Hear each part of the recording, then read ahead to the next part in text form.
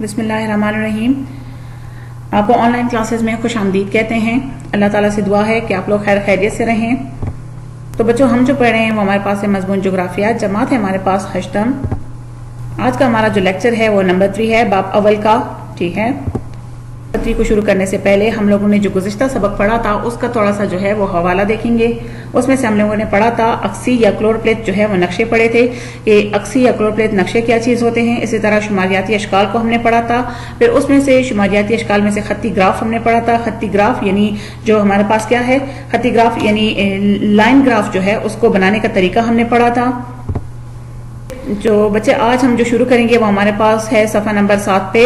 उन्वान है हमारे पास सतूनी ग्राफ या बार ग्राफ। लेक्चर को शुरू करने से पहले जरूरी है कि आप लोग किताब को सामने रखें। ठीक है, अच्छा, जो हमारे पास उन्वान है वो है सतूनी ग्राफ। यानी सतूनी ग्राफ क्या चीज होती है हमारे पास, जिसको हम कहते हैं बार ग्राफ। ठीक है, यानी बार ग्राफ क्या चीज होती है, इस ग्राफ में जो है अदाद व शुमार को सतून के जरिए दिखाया जाता है। यानी पिलर के जरिए जो है, जैसे पिलर्स बने होते हैं सतून को, उसको कहते हैं बार या उसको कहा जाता है, ये इसके जरिए बनाया जाता है।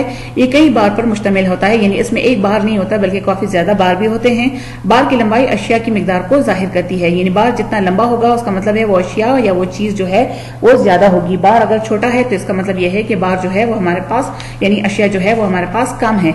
कैसे, जरा देखें। जैसे हम इसका बनाने का तरीका देखें तो हमारे पास एक साइड पे है स्कूल से फासला, दूसरे साइड पे हमारे पास तलबा की तादाद है।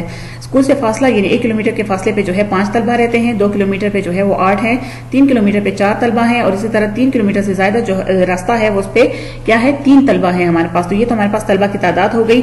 वो कहता है एक मुनासिब पैमाने से जो है मुंतखब किया जाएगा, यानी अमूदी खत पर जो है हम क्या लिखेंगे और इसी तरह जो है क्या है उफ़क़ी खत पर हमने क्या लिखना है। उफ़क़ी खत पर हमने किलोमीटर को यानी हॉरिजॉन्टल लाइन पे जो है हमने किलोमीटर को लिखना है। अमूदी खत पे हमने जो है किस चीज को लिखना है, यानी तलबा की जो तादाद है सॉरी उसको जो है वो लिखना है। इसी तरह अमूदी खत पर अदाद जो है वो लगाए जाते हैं। अदाद और शुमार के मुताबिक जो है बार को खींचा जाता है। फिर उसके ऊपर जो आखिर में उन्वान यानी उसके जो टाइटल्स होते हैं वो लिखे जाते हैं। जैसे देखें, अगर हम इस ग्राफ पहले हमने ऊपर क्या लिखा है, तलबा का जो है घरों से स्कूल तक का जो फासला है, यहाँ पे तलबा की तादाद हो गई है हमारे पास और यहाँ पे जो है हमारे पास फासला आ गया है। यानी अगर हम देखें 1 किलोमीटर पे हमारे पास कितने तलबा हैं, 5, तो यहाँ पे हमने ये इस बार को जो है खींचा है। इसी तरह 2 किलोमीटर पे हमारे पास जो तलबा की तादाद है वो है 8, तो हमने इस बार को यहाँ तक खींचा है। इसी तरह अगर देखें 3 किलोमीटर पे जो हमारे पास है तो वो कितने स्टूडेंट्स हैं हमारे पास, वो है 4, तो यहाँ तक हमने इस बार को जो है 4 तक खींचा है। इसी तरह 3 से ज्यादा किलोमीटर पे जो है हमारे पास 3 है। तो इससे अगर आप देखें तो इसमें से ये वाला बार जो है वो सबसे बड़ा है।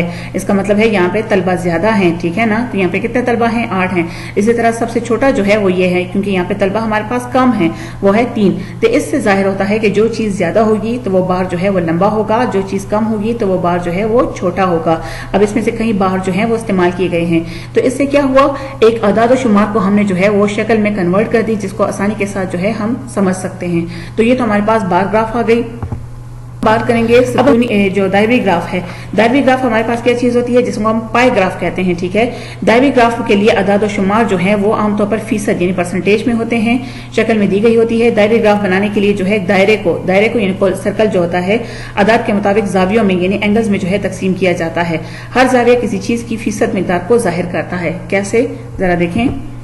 हमारे पास इसका बनाने का तरीका है, एक तरफ हमारे पास फसल है, फिर असल पैदावार है उसकी और ये फीसदी पैदावार है हमारे पास। फसल हमारे पास है गंदम, मकई, गन्ना।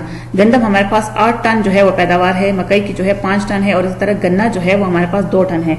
तो हम सबसे पहले क्या करेंगे, इसका जो है फीसदी पैदावार जो है वो मालूम करेंगे। फीसदी पैदावार को मालूम करने के लिए सबसे पहले हम इस फार्मूले पे जाएंगे। फीसद एक हिस्सा तकसीम जो है हमारे पास यानी डिवाइड मजमुआ और फिर उसके बाद मल्टीप्लाई 100 है। फीसद हमारे पास कितना है, 8 है, तो 8 को हमने मल्टीप्लाई कर दिया 100 जो है वो परसेंटेज के लिए है, जबकि डिवाइड कर दिया 15 पे। 15 कहां से हमारे पास आया, ये वाला, यानी हमने 8, 5 और 2 को मल्टीप्लाई कर दिया तो इससे हमारे पास 15 आ गए। तो अगर हम 8 को मल्टीप्लाई करेंगे 100 और 15 पे डिवाइड कर देंगे तो हमारे पास 53% आ जाएगी। इसी तरह हमने मकई का भी करना है, 5 को मल्टीप्लाई करेंगे 100 के साथ, डिवाइड करेंगे 15 के पर तो हमारे पास 34% आ जाएगी। इसी तरह जो है वो 2 को हम मल्टीप्लाई करेंगे 100 पे और डिवाइड कर देंगे 15 पे तो हमारे पास 13% आ जाएगी। ये तो हमने इसका फीसदी पैदावार निकाला। अब हमने इसका एंगल कैसे मालूम करना है, यानी जाविये के लिए जो फार्मूला है वो है 360 डिवाइडेड बाय 100 और इसको जो है फीसद को हमने मल्टीप्लाई करना है। तो फीसद हमारे पास कितना है, 53 है, तो 53 को मल्टीप्लाई कर दिया 360 पे, डिवाइड कर दिया 100 पे, तो हमारे पास 190 का اینگل آ گیا. اسی طرح جو ہے ہم نے ان دونوں کا بھی معلوم کرنا ہے. تو 34 کو ملٹیپلائی کریں گے 360 پہ, ڈیوائڈ کر دیں گے 100 پہ, تو ہمارے پاس اس کا جو ہے وہ زاویہ یعنی اینگل جو ہے وہ آ جائے گا. اسی طرح 2 ہے ہمارے پاس, تو 13 کو ہم جو ہے 360 پہ ملٹیپلائی کریں گے اور اسی طرح ڈیوائڈ کر دیں گے 100 پہ, تو اس کا بھی ہمارے پاس جو ہے وہ زاویہ یعنی اینگل آ جائے گا. پھر اس کو مختلف ہم رنگ دیں گے, یعنی مختلف رنگوں سے دکھایا جائے گا. مختلف اشیاء کے نام اور فیصدی مقدار اپنے متعلقہ حصوں میں لکھے جائیں گے اور آخر میں گراف کے اوپر جو ہے عنوان درج کیا جائے گا. اگر آپ اس کو دیکھیں تو ہمارے پاس سب سے زیادہ جو ہے وہ گندم تھا اس ٹائم میں, ٹھیک ہے, جس کی 53% تھی. تو اس نے سب سے زیادہ جو ہے وہ رنگ اس پہ ہم نے کیا ہوا ہے, پرسنٹیج اس کا نکالا ہوا ہے.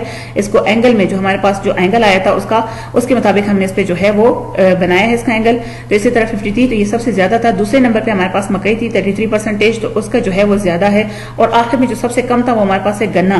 تو گنے کی جو پیداوار تھی وہ ذرا کم تھی, تو اس وجہ سے اس کا رنگ بھی جو جگہ ہے یعنی اس کی کم جگہ جو ہے وہ ہمیں ظاہر کرتا ہے.